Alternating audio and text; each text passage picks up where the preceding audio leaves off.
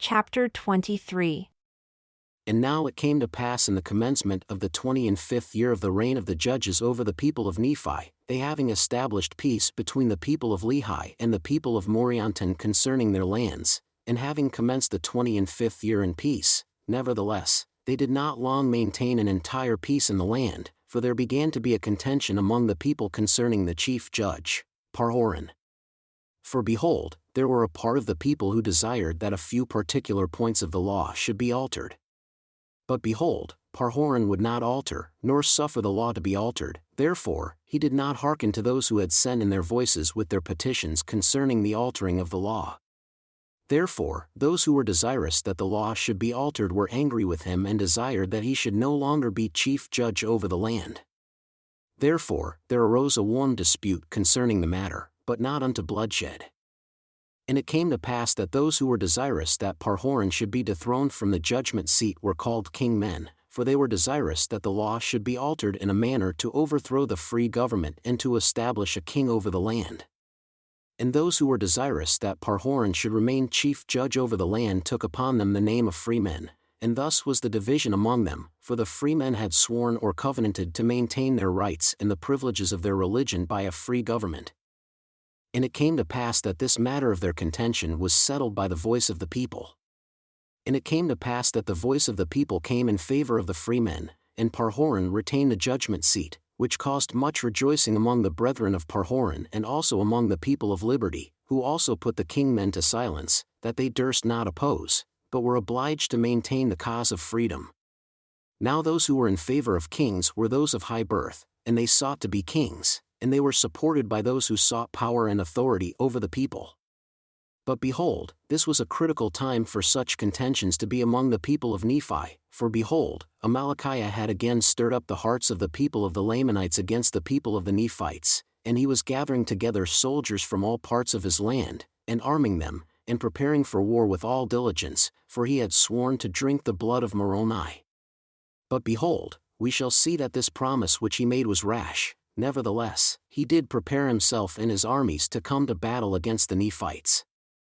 Now his armies were not so great as they had hitherto been, because of the many thousands who had been slain by the hand of the Nephites, but notwithstanding their great loss, Amalickiah had gathered together a wonderful great army, insomuch that he feared not to come down to the land of Zarahemla. Yea, even Amalickiah did himself come down at the head of the Lamanites. And it was in the 25th year of the reign of the judges, and it was at the same time that they had begun to settle the affairs of their contentions concerning the chief judge Parhoran. And it came to pass that when the men who were called king men had heard that the Lamanites were coming down to battle against them, they were glad in their hearts and they refused to take up arms, for they were so wroth with the chief judge, and also with the people of liberty, that they would not take up arms to defend their country.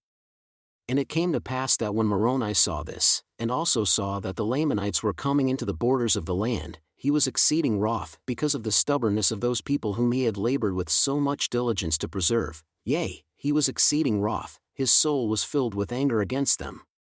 And it came to pass that he sent a petition, with the voice of the people, unto the governor of the land, desiring that he should heed it and give him, Moroni, power to compel those dissenters to defend their country or to put them to death.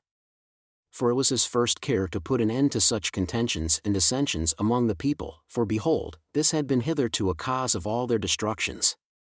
And it came to pass that it was granted according to the voice of the people. And it came to pass that Moroni commanded that his army should go against those king men to pull down their pride and their nobility, and level them with the earth, or they should take up arms and support the cause of liberty. And it came to pass that the armies did march forth against them, and they did pull down their pride and their nobility, insomuch that as they did lift their weapons of war to fight against the men of Moroni, they were hewn down and leveled to the earth. And it came to pass that there were 4,000 of those dissenters who were hewn down by the sword, and those of their leaders who were not slain in battle were taken and cast into prison, for there was no time for their trials at this period. And the remainder of those dissenters, rather than to be smote down to the earth by the sword, yielded to the standard of liberty, and were compelled to hoist the title of liberty upon their towers and in their cities, and to take up arms in defense of their country. And thus Moroni put an end to those king men, that there were not any known by the appellation of king men, and thus he put an end to the stubbornness and the pride of those people who professed the blood of nobility, but they were brought down to humble themselves like unto their brethren and to fight valiantly for their freedom from bondage. Behold, it came to pass that while Moroni was thus breaking down the wars and contentions among his own people, and subjecting them to peace and civilization, and making regulations to prepare for war against the Lamanites, behold, the Lamanites had come into the land of Moroni which was in the borders by the seashore. And it came to pass that the Nephites were not sufficiently strong in the city of Moroni, therefore Amalickiah did drive them, slaying many. And it came to pass that Amalickiah took possession of the city, yea, possession of all their fortifications. And those who fled out of the city of Moroni came to the city of Nephihah, and also the people of the city of Lehi gathered themselves together and made preparations, and were ready to receive the Lamanites to battle. But it came to pass that Amalickiah would not suffer the Lamanites to go against the city of Nephihah to battle, but he kept them down by the seashore, leaving men in every city to maintain and defend it. And thus he went on, taking possession of many cities, the city of Nephihah, and the city of Lehi, and the city of Morianton, and the city of Amner, and the city of Gid, and the city of Mulek, all of which were on the east borders by the seashore. And thus had the Lamanites obtained, by the cunning of Amalickiah, so many cities by their numberless hosts, all of which were strongly fortified after the manner of the fortifications of Moroni, all of which afforded strong holds for the Lamanites. And it came to pass that they marched to the borders of the land bountiful, driving the Nephites before them and slaying many. But it came to pass that they were met by Teancum, who had slain Morianton and had headed the people in his flight. And it came to pass that he headed Amalickiah also, as he was marching forth with his numerous army that he might take possession of the land bountiful, and also the land northward. But behold, he met with a disappointment by being repulsed by Teancum and his men, for they were great warriors, for every man of Teancum did exceed the Lamanites in their strength and in their skill of war, insomuch that they did gain advantage over the Lamanites. And it came to pass that they did harass them, insomuch that they did slay them even until it was dark.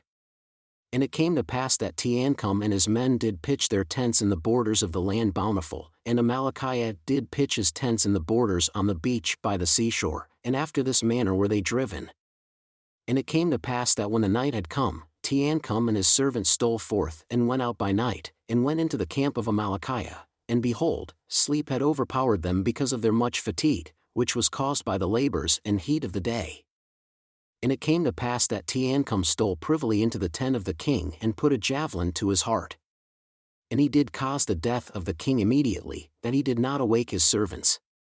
And he returned again privily to his own camp, and behold, his men were asleep, and he awoke them and told them all the things that he had done. And he caused that his army should stand in readiness, lest the Lamanites had awoke and should come upon them. And thus ended the 25th year of the reign of the judges over the people of Nephi, and thus ended the days of Amalickiah.